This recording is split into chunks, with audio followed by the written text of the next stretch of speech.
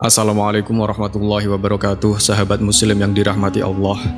Dalam kesempatan kali ini kita akan membahas tentang Nabi Samuel yang disebutkan dalam beberapa ayat Al-Quran, antara lain dalam surat Al-Baqarah ayat 246 sampai 251. Dalam ayat-ayat ini Allah Subhanahu wa Ta'ala mengisahkan tentang pemilihan Talut sebagai raja Israel yang dipilih oleh Nabi Samuel. Allah Subhanahu wa Ta'ala juga memberikan petunjuk kepada kaum Nabi Samuel untuk mengikuti jejak para nabi dan tidak mengikuti keinginan hawa nafsu. Kisah Samuel dan Talut ini menceritakan tentang kebangkitan kaum Bani Israel setelah meninggalnya Nabi Musa. Nabi Samuel datang sebagai sosok yang membawa kejayaan yang telah padam itu kembali kepada kaum Bani Israel. Pada kesempatan kali ini kita akan membahas kedua sosok tersebut melalui pandangan para ulama terkait teks-teks Al-Quran dan hadis. Mari kita mulai dengan membaca Bismillahirrahmanirrahim.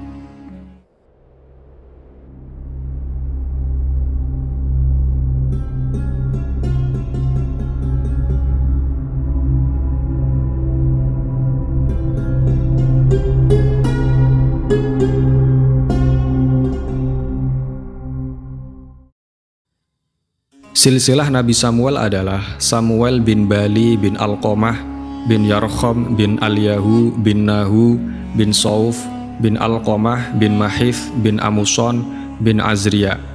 Dalam bahasa Ibrani, Samuel artinya Ismail, yang artinya Allah mendengar doaku. Nabi Samuel merupakan salah satu ahli waris Nabi Harun sebagaimana yang dikatakan Imam Muqatil. Imam Wahab bin Munabbih mengatakan pada mulanya kaum Bani Israel sesudah Nabi Musa alaihissalam berada dalam jalan yang lurus dalam satu kurun waktu. Kemudian mereka mengarang hal-hal yang baru dan sebagian di antara mereka ada yang menyembah berhala-berhala. Di antara mereka masih ada nabi-nabi yang memerintahkan kepada mereka untuk berbuat kebajikan dan melarang mereka berbuat kemungkaran, serta meluruskan mereka sesuai dengan ajaran kitab Taurat. Namun mereka tetap melakukan sesuatu semaunya sendiri. Lalu Allah menguasakan terhadap musuh-musuh Bani Israel dan bisa mengalahkannya. Imam As-Suddi meriwayatkan bahwa saat rakyat Gaza dan Asqalan mengalahkan Bani Israel, hingga banyak sekali dari Bani Israel yang terbunuh, anak-anak mereka ditawan, dan kenabian dari keturunan suku Lewi putra Yakub sudah tiada lagi, dan tidak ada yang tersisa di antara mereka kecuali seorang wanita yang sedang hamil. Maka kaum Bani Israel mengambil wanita tersebut dan mengarantinakannya di dalam sebuah rumah dengan harapan semoga Allah memberinya rizki seorang anak yang kelak akan menjadi seorang nabi bagi mereka. Si wanita hamil itu kemudian berdoa kepada Allah Azza wa Jalla agar diberi anak lelaki. Subhanallah, maha besar Allah. Allah pun mengabulkan doa wanita tersebut dan akhirnya ia melahirkan anak lelaki. Lalu ia beri nama Samuel. Setelah tumbuh besar, si ibu mengirim Samuel ke sebuah masjid dan menyerahkannya kepada salah seorang yang soleh di sana, guna mempelajari akhlak yang baik dan memperdalam ilmu ubudiyah. Samuel tinggal bersama orang saleh tersebut hingga ia dewasa. Tatkala Samuel sudah memasuki umur kenabian, terjadilah peristiwa yang aneh di malam hari.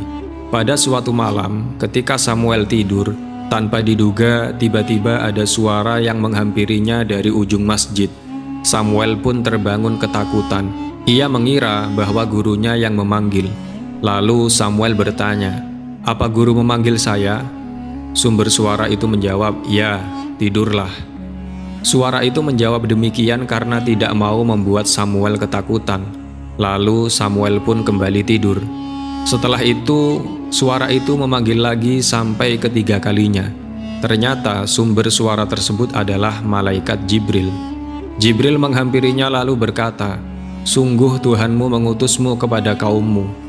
Allah mewahyukan kepadanya yang isinya memerintahkan kepadanya untuk memperbaiki keadaan-keadaan Bani Israel yang semakin memprihatinkan setelah wafatnya Nabi Musa.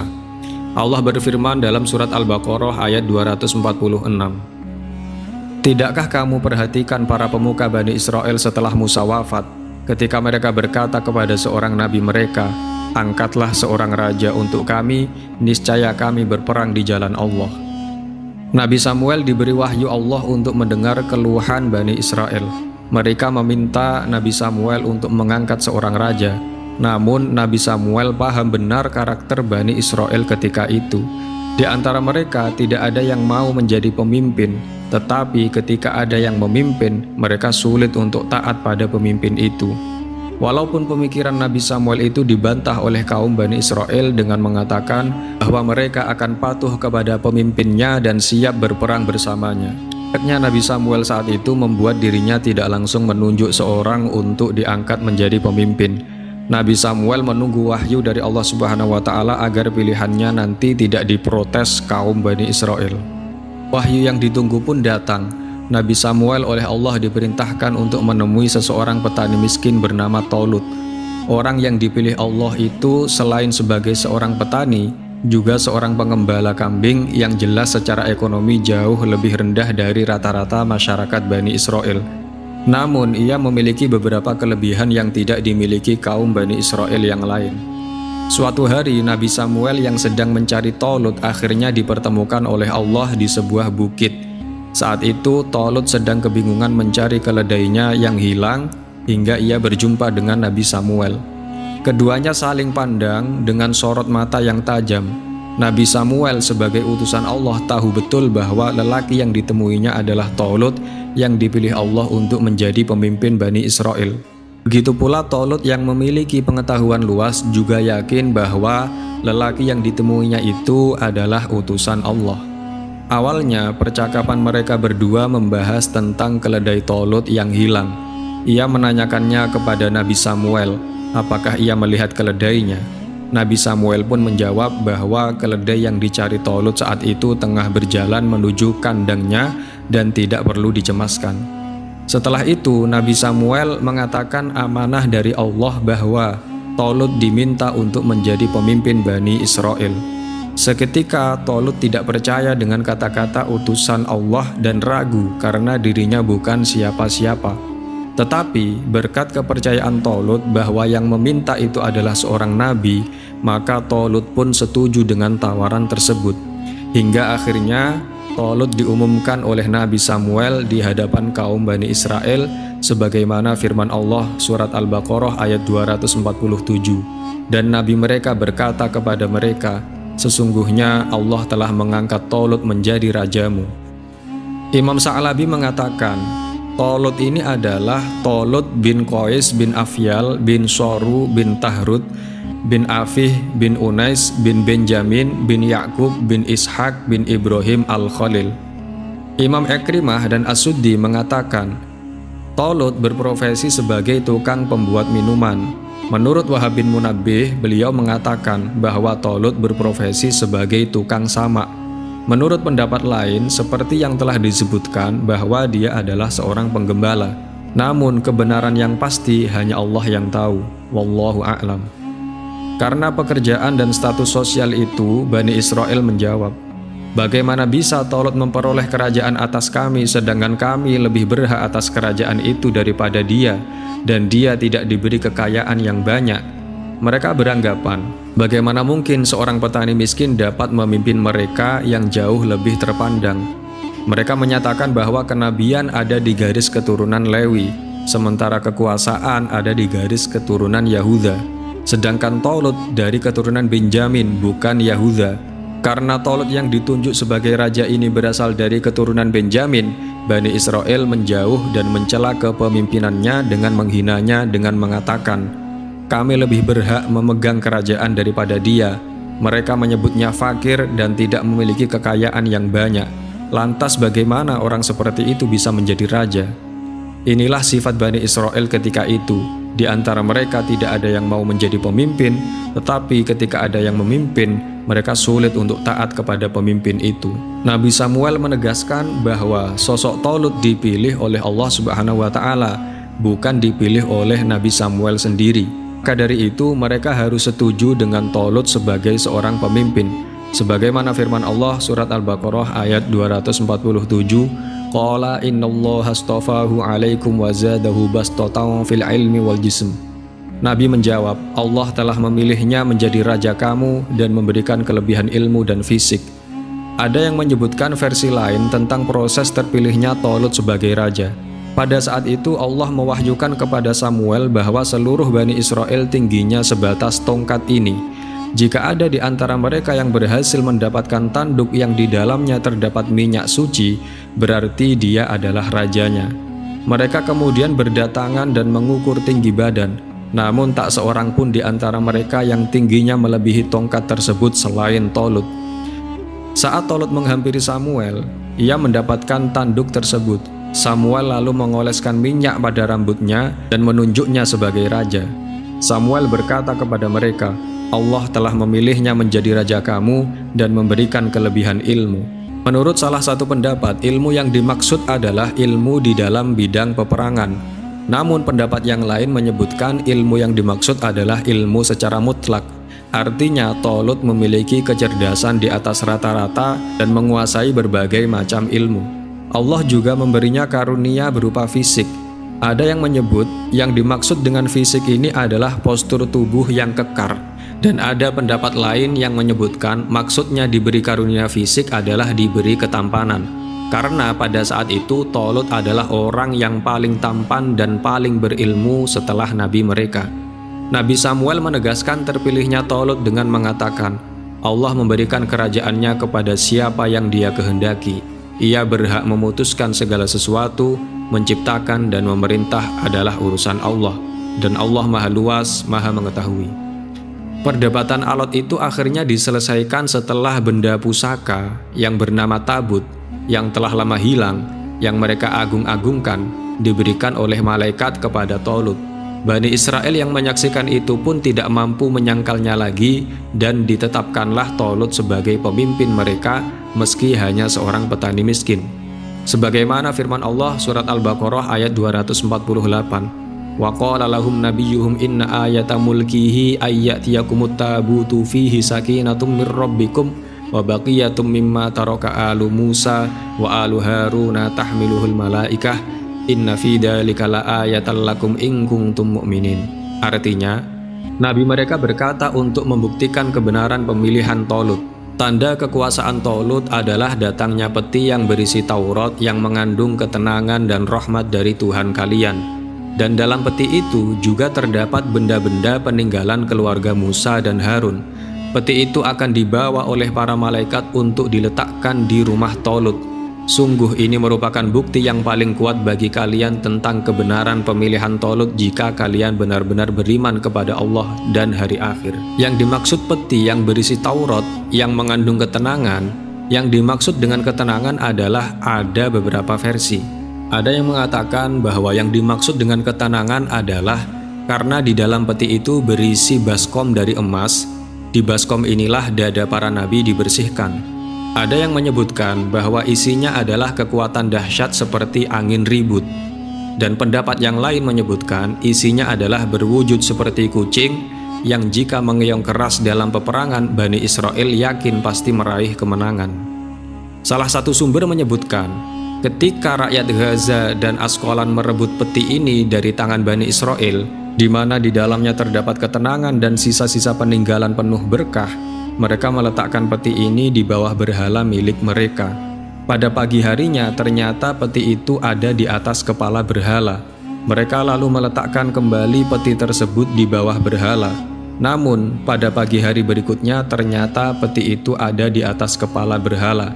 Karena kejadian yang sama sering terulang, akhirnya mereka tahu bahwa hal tersebut terjadi karena perintah Allah. Mereka kemudian mengeluarkan peti tersebut dari negeri mereka, lalu mereka tempatkan di salah satu perkampungan. Mereka kemudian terserang penyakit di leher. Karena penyakit itu lama tak kunjung hilang, mereka kemudian mengikat peti tersebut di atas gerobak yang diikat pada dua sapi dewasa betina. Lalu mereka melepaskan kedua sapi betina tersebut. Ada yang menyatakan malaikat menggiring sapi ini hingga sampai di tengah-tengah Bani Israel. Mereka melihatnya secara langsung seperti yang dikabarkan nabi mereka. Namun Allah lah yang lebih tahu bagaimana cara peti ini dibawa para malaikat. Jika melihat tekstual ayat Al-Quran, para malaikat sendirilah yang membawanya secara langsung, dan itulah yang bisa difahami. Segera setelah pelantikannya, Tolut mengumpulkan seluruh kekuatan bangsa Israel, melatih dan menyiapkan taktik pertempuran bagi mereka. Diperkirakan pada saat itu ada sekitar 70.000 pemuda yang berposisi sebagai prajurit dan Tolut sebagai jenderal utama. Ia adalah representasi sosok pahlawan bangsa yang memimpin pasukan dengan gagah untuk melawan Raja Jalut yang zalim. Maka ketika Tolut membawa bala tentaranya, dia berkata, Allah akan menguji kamu dengan sebuah sungai. Maka barang siapa meminum airnya, dia bukanlah pengikutku. Dan barang siapa tidak meminumnya, maka dia adalah pengikutku kecuali mengambil seciduk dengan tangan. Allah berfirman, tetapi mereka meminumnya kecuali sebagian kecil di antara mereka. Imam As-Suddi mengatakan pasukan tersebut berjumlah 80.000, yang 76.000 di antaranya minum air, dan yang tersisa hanya 4.000 orang. Demikian pernyataan Imam As-Suddi. Imam Bukhari meriwayatkan dalam kitab Sahihnya dari Israil, Zuhair, dan As-Sawri dari Abu Ishaq dari Barra' bin Azib. Ia berkata, kami para sahabat Muhammad saling membicarakan bahwa jumlah pasukan Badar sama seperti pasukan Tolut yang ikut menyeberangi sungai bersamanya. Yang ikut menyeberangi sungai hanya 300 sekian mukmin. Pernyataan As-Suddi bahwa jumlah pasukan Tolut mencapai 80.000 pasukan perlu dikaji lebih jauh, mengingat bumi Baitul Maqdis tidak muat untuk pasukan sebanyak itu.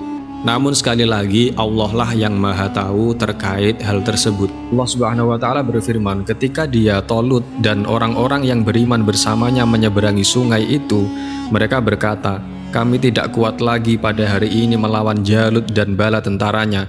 Mereka menganggap jumlah mereka terlalu kecil dan lemah untuk melawan musuh, mengingat besarnya jumlah musuh. Tolut kemudian hadir sebagai sosok pahlawan bagi bangsa Israel dengan semangatnya yang menggebu-gebu. Ia berkata, betapa banyak kelompok kecil mengalahkan kelompok besar dengan izin Allah. Mereka yang meyakini bahwa mereka akan menemui Allah berkata, betapa banyak kelompok kecil mengalahkan kelompok besar dengan izin Allah. Dan Allah beserta orang-orang yang sabar. Mereka yang pemberani, para pemilik iman yang kokoh dan keyakinan yang kuat dan kesabaran, mendorong mereka untuk teguh dalam peperangan. Pasukan Tolut akhirnya berjumpa dengan bala tentara Jalut yang jumlahnya berkali-kali lipat. Ketika melihat musuh, Tolut dan pasukannya berdoa dan memohon pertolongan kepada Allah Subhanahu wa Ta'ala, dan mereka serempak berkata, ya Tuhan kami, limpahkanlah kesabaran kepada kami, kukuhkanlah langkah kami dan tolonglah kami menghadapi orang-orang kafir. Mereka memohon kepada Allah agar diberi limpahan kesabaran, agar hati mereka tentram dan tidak goyah, agar pendirian mereka teguh dalam peperangan melawan musuh-musuh yang kuat. Mereka memohon keteguhan lahir batin dan memohon kemenangan atas para musuh-musuh kafir yang mengingkari ayat-ayat dan nikmat-nikmat Allah. Allah yang maha agung, maha kuasa, maha mendengar, maha melihat, maha bijaksana lagi maha teliti, mengabulkan permohonan dan permintaan mereka. Karena itu Allah berfirman, maka mereka mengalahkannya dengan izin Allah, dengan daya, kekuatan dan pertolongan Allah, bukan karena kekuatan dan jumlah mereka yang sedikit itu, sementara jumlah musuh yang begitu banyak dengan persenjataan lengkap. Hal ini senada dengan firman Allah dalam kisah Perang Badar, yang berbunyi, sungguh Allah telah menolong kamu dalam peperangan Badar, padahal kamu adalah orang-orang yang lemah ketika itu. Karena itu bertakwalah kepada Allah supaya kamu mensyukurinya. Surat Al-Imran ayat 123. Subhanallah, jumlah dalam sebuah peperangan bukanlah ukuran sebagai sebuah kemenangan. Penentu kemenangan sebenarnya adalah Allah semata. Sebelum pertempuran dimulai, akan diadakan duel 1 lawan 1 dari setiap perwakilan pemimpin pasukan. Ini adalah sebuah tradisi peperangan yang turun-temurun zaman dahulu. Jalut kemudian dengan sombongnya menantang semua pasukan Tolut. Namun ketika Tolut hendak menjawab tantangan tersebut, seorang pemuda gagah berani bernama Daud meminta izin untuk melawan Jalut. Allah Subhanahu wa Ta'ala berfirman dalam surat Al-Baqarah ayat 251 yang berbunyi, dan Daud membunuh Jalut, kemudian Allah memberinya kerajaan dan hikmah dan mengajarinya apa yang dia kehendaki. Ayat ini menunjukkan tentang keberanian Daud. Ia membunuh Raja Jalut hingga membuat pasukannya runtuh. Tidak ada peperangan yang lebih besar melebihi terbunuhnya raja di tangan musuh dalam peperangan. Karena kemenangan ini, pasukan Talut meraih banyak sekali rampasan perang, menawan para pasukan pemberani, kalimat iman terjunjung tinggi di atas berhala-berhala, para wali Allah menguasai musuh-musuhnya, dan agama yang benar menang di atas kebatilan serta para pembelanya. Imam As-Suddi menyebutkan dalam riwayatnya, Dawud adalah anak bungsu. Mereka 13 bersaudara, semuanya lelaki. Dawud mendengar Talut, raja Bani Israel. Ketika itu, Talut menyeru Bani Israel untuk membunuh Jalut dan pasukannya. Dia berjanji, siapa yang bisa membunuh Jalut akan kunikahkan dengan putriku, dan aku sertakan dia dalam kekuasaanku. Daud memiliki keahlian melontarkan batu besar dengan kencang. Saat berada dalam perjalanan bersama Bani Israel, ada sebongkah batu memanggil-manggil Daud. Batu itu berkata, "Bawalah aku, karena dengan aku kau akan membunuh Jalut." Daud pun lalu mengambil batu tersebut. Setelah itu mengambil 2 batu lain yang ia letakkan di dalam kantong. Saat 2 kubu saling berhadapan, Jalut maju lalu menantang berduel. Daud maju menghampiri, lalu Jalut berkata padanya, "Mundur, aku tidak mau membunuhmu." Daud menyahutnya, "Tapi aku ingin membunuhmu." Daud kemudian mengambil 3 bongkahan batu itu, lalu ia letakkan dalam alat pelontar. Ia tarik, lalu ia lesakkan secara serentak ke arah Jalut hingga kepalanya pecah. Akhirnya pasukan Jalut melarikan diri. Talut sang raja lalu memenuhi janjinya. Ia nikahkan Daud dengan putrinya, ia diberi wewenang dan ia jalankan wewenang itu dengan baik. Seiring berjalannya waktu, Daud semakin dihormati di kalangan Bani Israel. Mereka lebih mencintainya daripada Talut. Mereka menyebutkan Talut iri pada Daud dan bermaksud membunuhnya. Talut melancarkan rencana licik untuk tujuan itu, namun tidak berhasil. Ulama melarang Talut membunuh Daud, namun Talut tidak mempedulikan nasihat itu. Talut menyerang dan membunuh pasukan Daud hingga hanya menyisakan sedikit di antara mereka. Namun setelah itu Talut bertobat, menyesal dan melepaskan diri dari kesalahan yang pernah ia lakukan. Ia sering menangis, keluar menuju pemakaman, lalu menangis di sana hingga air matanya membasahi tanah. Suatu ketika ada suara memanggil-manggil dari dalam kubur, "Wahai Talut, kau telah membunuh kami saat kami masih hidup, dan kau pun masih saja menyakiti kami setelah kami mati." Kata-kata itu kian membuatnya sedih sekali dan semakin merasa takut. Setelah itu ia bertanya-tanya, apakah ada seorang yang alim agar ia bisa menanyakan tentang permasalahan yang ia hadapi ini? Apakah ia masih bisa bertaubat? Lalu dikatakan padanya, apakah kamu masih menyisakan seorang alim satupun? Hingga pada akhirnya ia ditunjukkan pada salah seorang wanita ahli ibadah. Wanita itu kemudian membawa Talut pergi ke makam Yusha bin Nun. Para ahli tafsir menyebutkan wanita tersebut kemudian berdoa kepada Allah. Lalu Yusha bin Nun bangkit dari kubur dan bertanya, "Apakah kiamat sudah tiba?" Wanita itu menjawab, "Tidak, melainkan Talut ingin bertanya kepadamu, apakah ia masih bisa bertaubat?" Yusha menjawab, "Ya, ia harus melepaskan diri dari kekuasaannya, lalu pergi berperang di jalan Allah hingga terbunuh." Setelah itu Yusha mati kembali. Talut kemudian menyerahkan kekuasaan kepada Daud. Kemudian bersama 13 anaknya, Talut berperang di jalan Allah hingga mereka semua terbunuh. Maka dari itu Allah berfirman, kemudian Allah memberinya Daud kerajaan dan hikmah dan mengajarinya apa yang dia kehendaki.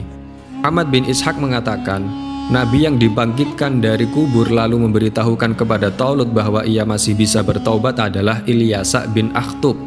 Pendapat ini juga dituturkan oleh Imam Ibnu Jarir.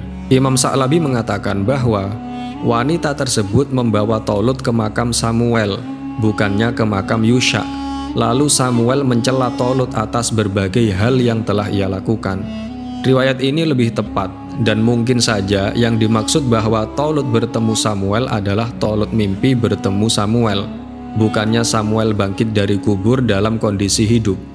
Karena hal seperti ini adalah mukjizat yang dimiliki oleh seorang nabi, sementara wanita tersebut bukan nabi. Wallahu a'lam bishawab. Allah Maha Tahu terkait hal tersebut. Imam Ibnu Jarir mengatakan, Para pemilik kitab Taurat menyatakan rentang waktu antara Talut berkuasa hingga terbunuh bersama anak-anaknya adalah selama 40 tahun. Alhamdulillahirrabbilalamin, sahabat-sahabat muslim yang dirahmati Allah. Demikianlah kisah Nabi Samuel yang menginspirasi kebangkitan kaum Bani Israel dari keterpurukan semenjak ditinggal Nabi Musa alaihissalam. Kisah Talut dan Samuel adalah salah satu kisah penting dalam sejarah Israel dan menjadi pelajaran bagi kita dalam menjalani hidup sebagai seorang yang taat pada perintah Allah dan bertanggung jawab dalam menjalankan tugas kita. Demikian dari kami, apabila banyak kesalahan, mohon maaf yang sebesar-besarnya. Alhamdulillahirabbil alamin. Wassalamualaikum warahmatullahi wabarakatuh.